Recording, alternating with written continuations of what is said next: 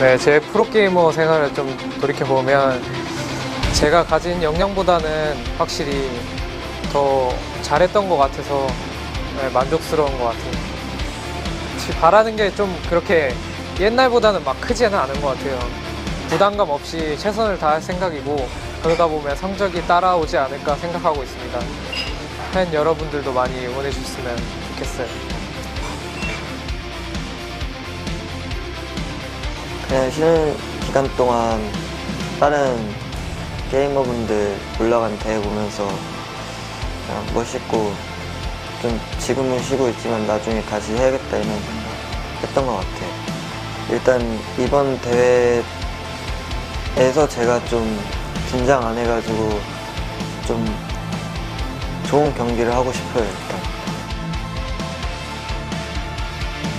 그래서 제가 게이머 생활을 오래 했었거든요. 한국에서 그 당시에도 한 5년 정도? 네, 그래가지고 해외도 이제 기회가 있으니까 그냥 잘한 것 같아요. 좋은 경험이었던 것 같아요. 제가 이루고 싶은 거는 건강과 행복인데요. 이번에 캐스파컵에 우승을 하게 된다면 정말 행복할 것 같습니다. 되게 오래 하긴 했는데 굉장히 아쉬운 게 아직 제가 개인 리그에서 우승이 없어요. 오래 한 거에도. 근데 그걸 우승했던 순간을 빼면은 제 스스로 꼭 한 번쯤 이겨보고 싶었던 선수들을 이겼을 때가 가장 좀 희열을 느꼈던 것 같아요. 제가 개인 리그 우승을 못 하긴 했는데 스스로 게이머 하면서 하고 싶었던 것들은 다 한 것 같아요. 그래서 목표는 없고 그냥 스스로한테 좀 부탁하고 싶은 거는 좀 남은 캐스파컵은 그냥 재밌게 즐기면서 하다가 끝내고 싶어요.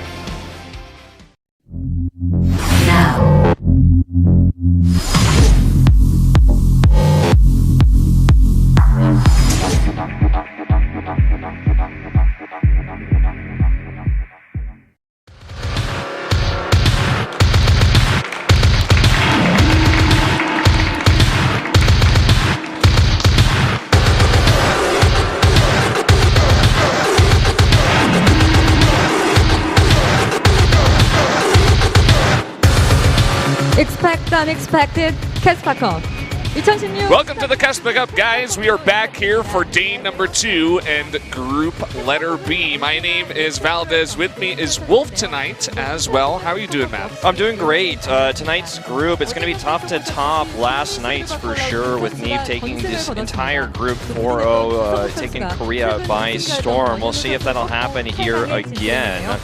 Normally it's the one Korean in the foreign group at a Western tournament that gets out 4-0, but we had the opposite case here. There's 2 dark horses in this tournament, in this group for sure, and I think that's really True and Pet. True, of course, won a foreign tournament, but he's a Code S level Zerg, and of course Pet, his only real result, in fact, is qualifying for this tournament. Yeah, I mean, he was able to knock Dark out of the qualifier, so if you're able to beat a guy who is that good in ZVZ, I mean, you must have something going on, right? That's true. Maybe he's practicing really hard, and he said, you know, he just wants to do as well as he can for this tournament. He hasn't really shown good results outside of this. You know, in fact, when we introduced him, that's going to be his only result that comes up because we don't really see him other places, and people might not even recognize his name. That's right. I mean, if you beat someone in ZVZ, who's a 2-time, who's been in 2 back-to-back ZVZ finals, I mean, that is pretty impressive. No, it was only a best of 3, but maybe he'll end up facing off against True at some point in this group. But right now, he's up against herO, who, by the way, has the best win rate currently in the matchup versus Zerg at 70.8. And, you know, this guy's a champion. Giving him the advantage there. This is our second matchup here, True versus TY. TY, of course, did lose to his teammate Zest in GSL season number 1 of 2016, whereas True, he's doing really well abroad. A large amount of people favoring True, it looks like, in Korea here, based on the Keck TV prediction rate. But we'll see if he can live up to those expectations. I think most people are highly favoring TY, analysis-wise, here on the casting desk. Guys, we're going to go actually into our introduction, so we will be right back. 자, 어제와 더불어서 여전히 변함없이 네 분과 함께 하는데요. 울프와 발데스 그리고 박진영, 고인규 네 분과 함께 합니다. 자, 오늘 경기는 일단은 굉장히 기대가 많이 되는 것이 어제 이미 많은 변수가 있었기 때문에 오늘 경기 역시 굉장히 흥미롭게 진행될 것 같은데 두 분은 어제 경기 어떻게 보셨어요? 진짜 재밌었고요. 네. 리브의 모습 너무 멋있었고요. 진짜 오늘 어제처럼 재밌었으면 좋을 텐데 그럴 수 있을까요?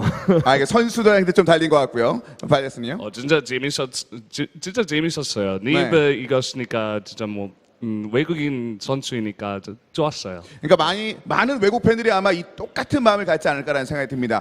두 분 역시 어제 경기 굉장히 흥미롭게 중계를 했잖아요. Sure.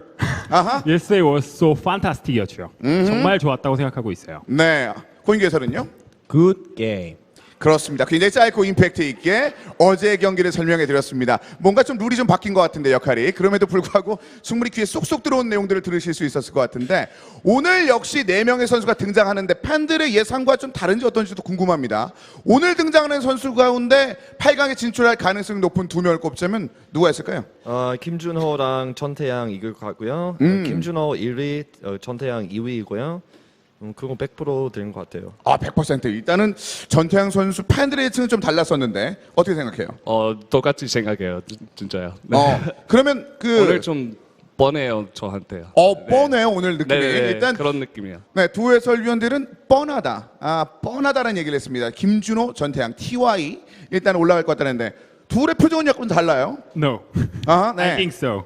똑같습니다. 같은 똑같아요? 생각을 갖고 있어요. 저는. 일단은 네, 오늘 이제 전태양 선수와 김준호 선수가 확실히 커리어도 좋고 네. 경기력을 봤을 때 가뿐히 올라가지 않을까 생각하고 있어요. 고인규 해설위원은 I think today foreigner 뚜루방 fighting. Yeah. 일단 방태수가 올라갈 것 같다. 진짜 너무 고급져서 깜짝 놀랐네. 일단은 이거는 외국 팬도 한국 팬도 못 알아들으셨을 것 같아서 방태수가 올라갈 것 같다라고 이렇게 말씀을 좀 해주셨습니다. 그럼요. 그렇습니다. 이제 오늘 일단은 약간의 예측은 팬들과 달라지고는 있습니다. 실질적으로 경기는 어떻게 흘러가게 될지 오늘 준비된 첫 번째 경기 맵부터 한번 전해드리겠습니다. So we're back, guys. Just to give you a little, because we were just doing that in Korean. We're basically just asking our predictions. We said herO first place, TY second place, and also asking what we thought about yesterday's matches. We said something like, yeah, it was really fun, and it was great that Neeb got out in first place, stuff like that. But Yeah, pretty basic stuff. Nothing too complicated. The Korean comment as well, making some English jokes. I love Kanada, man. Thinking that our foreigner today, True, will get out of the group. I mean, there's a possibility. Yeah, we'll see how he does. I mean, you were saying he's definitely like Kodas level, but he's coming back here and he's got to run with the big boys, right? He's got to show his best, play today because it's definitely going to be hard. We are going to do herO versus Pet first. That's right. I think everybody's thinking herO's the big favorite here, Wolf. I'd say absolutely so. We have seen upsets, though, in the past. We saw some upsets yesterday. Not so much the Neeb ones as much as the Byung ones. Really, Byung losing matches he was really favored in. And Pet said he was recently inspired during his break. Our 3 maps are going to be Frost, Gettysburg, but then Galactic Process makes it into this pool. We don't have a lot of data on this map here in Korea. It's played very infrequently. We really only see it like in a best of 7 series where it kind of has to be played. Yeah. So, Wolf, before we get into the first game, how is herO's new haircut? Oh, it's incredible. Top tier. What would you rate it out of 10? 8 out of 10. 8 out of 10? Okay, there you go, guys. We're going to jump into game number 1, herO versus Pet.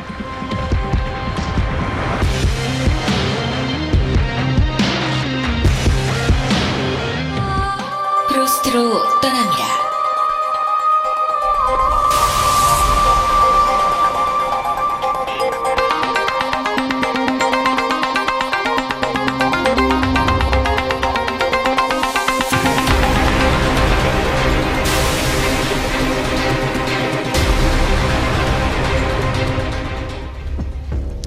Here we are on Frost to start off the day, and it is definitely going to be a fun day of games here. Down in the bottom left, in purple, Protoss player, it is herO. And his opponent to the bottom right in green is his opponent Pet from the team MVP. And Pet is a player that we've seen quite a lot of throughout the years in StarCraft 2, although I feel like he hit a peak and he tapered off so hard that he may be a player that if you're really only watched contemporary most, like the last 2 years, basically post ESF era, you don't really know who he is, but he was a long time ago a sniper player that played on the team Startail, along with other ex-Xenx players. He is, the former Pro Gamer Life is a Xenx old hero, just like Beyond. In fact, this is a clan I like to reference sometimes because a lot of the best pros actually came out of this clan back in the day, but he was used as a sniper sometimes, usually actually in this matchup in GSCL, but that was like 2012, 2013. In 2016, we live in a new world, a KeSPA-dominated world, where herO is a Star League champion. He defeated his teammate in Season 3. He's also the defending, not the defending KeSPA Cup champion, but a KeSPA Cup champion. So it's going to be definitely a tough one for this guy, I would say. Yeah, I mean, even just thinking about the fact that herO is so good in the matchup, and he's had so many more results recently. He was known as one of the best Protosses. I think did he actually get the most winning player in Pro League again? I think it was him, right? I think it tied. No, I think he actually got first place. I'd have to look at that again. I can't remember, to be honest, but he did. I remember, like, he just keeps getting first place over and over. It's like insanity. He did actually basically have the only positive results on CJ. When you think about it, like, he's the only one with a net positive. He was the herO once again, even though they weren't really able. He wasn't really able to save them this time, fortunately. Well, Vial's results definitely tapered off a bit this year compared to 2015 as well, kind of on that note. But anyway, we're going to see a Twilight Council come down here. Nothing really surprising. We've seen this quite a bit. And we're going to see a quick Baneling Nest come out of Pet as well, probably as kind of a precautionary response. However, it is very early, so we'll see what he has in mind with this. It could be used for some aggression as well. He will lose control of this watchtower, it looks like. He's making only lings, and as you were saying, sometimes when you get these players that are, very unfavored, you have to look at this and say, well, is he just playing scared, or is he going to go for a crazy all-in? Because, he definitely wants to deny the scout first and foremost. He's only making lings still. Let's see what he makes with his next round of larva. He does have the necessary supply, more and more lings. And when you look at that wall for herO, there is a pylon in the wall, so you can burst through there. And if he does not have a sentry because he's making only adepts to go for this timing, he definitely could get caught off guard. Yeah, so we'll have to take a look and see exactly, how quickly he figures this out. I mean, herO is a player who's known to play blind oftentimes, and when you play this build, you don't have sentries, you don't have hallucinations, and you don't really have any good way of scouting except the pressure. Now he's going to figure this out, and he may lose 3 adepts in the process. Banelings are morphing out of his sight as well. He hasn't seen it. Look at this. Pet's just going for it. herO, he's trying to shade to get back home, but doesn't even know about the Banelings. He's going to know now. Oh, man. He needs to get this wall up ASAP. He needs more than 1 pylon. He needs 2. Okay, 2 pylons going down. The wall is tight for now, but everything is unpowered, and it will be for a long time. And Warp Gate research still 4.3 seconds away. Oh, and he gets the full surround on all 3 adepts at the same time. No shading out of that one. Oh man, he needs this so bad. It looks like the Cybernetics Core is in fact going to finish the Warp Gate research just in time here. Mothership Core doing what it can to defend. Probes off the line here. He's going to lose a lot of them, but all he needs to do here is survive. And so far, it looks like he will. He will for now. We do have a couple more Banelings coming in. He is going to burst through that wall and try to get into the main. This is a considerable amount of lings. A lot of them are very low, though. We'll see if he can get some more critical damage here. Don't forget also the Resonating Glaives will finish in 13 seconds. That will give him a lot more power to deal with these lings right now. He does scout these 2 Banelings on the edge. We'll try to eliminate them, perhaps force a cancel there. The wall is once again tight. He does have another overcharge here as well. These Banelings will not get critical damage on this mineral line. Looks like he's not going to use that overcharge just yet unless he just doesn't have energy for it. I'm pretty sure he has 1 more right now. 2 adepts still alive here with that attack speed. If he can get 1 more warp, and he should be able to stabilize. Yeah. He has enough money to make the wall tight again as well. I was wondering, how far Pet was going to go with this. When was he going to transition into drones? And we do see him transitioning now. He was doing this on about 24 drones, so he was very low for a very long period of time. He was basically just using the extra larva from the 3rd base. He was not mining from it, and not really mining even from his natural either. So he did a nice amount of damage. He cut herO's workers down pretty low, and he does have that 3rd base, so I'd say he's in a pretty good spot. Now he just needs to see what the follow-up is here for herO. This is a very TG Sambo follow-up here. This is like what we used to see in the old days of StarCraft 2, like in 2010, 2011, when someone would cheese you like this as a Zerg. There's always a 1 or 2 Stargate follow-up because the Zerg just simply cannot respond to that amount of tech with the redroning they're trying to do. He's committing to Lings because he's scared of a big Adept follow-up, and in reality, it's going to be the Stargate follow-up. So this should do a lot, but these Adepts do go down. The full surround into the Baneling run-in, and I mean, he cleans that up very, very nicely. He needs to get the scout, as I was saying. There is an Overlord drop guy coming in here. He is being morphed. We'll see what he wants to drop in here. If he can see with these Lings, that would be a pretty nice spot he could be in, but already 2 Oracles on the way. Yep, okay, this pylon is pretty nice. He's going to spot for this immediately. And the Oracles can help him defend this as well, because they're going to pop out at a very convenient time. The slow Overlord drop still continuing here. The Oracles actually go the wrong way, but because he switches into Phoenixes, it's going to help shut down drops. So the Oracles will need to turn around and go home if he wants to use them for the defense. He's just going to attack with them and use Warpins instead. It's a small drop, so he should be okay. Immediately, a couple of spores do come down the second he sees it, but is it going to be too late? There's only 1 queen here. Immediately it gets focused down. Oh man, there's another queen here too, but 2v1 again against this queen will destroy it here. Not the best Oracle Micro there. I stutter over my words as that happens. And with that extra queen popping out, just enough time to get that spore up, and somehow, some way, Pet does hold. 5 drones down. It looks like maybe 1 probe died in the main base, if any. Yeah, I think it would have been better for here to just ignore the queen at the 3rd and go for as many drones as possible. With 2 Oracles, you can one-shot them, and you just do so much damage so quickly.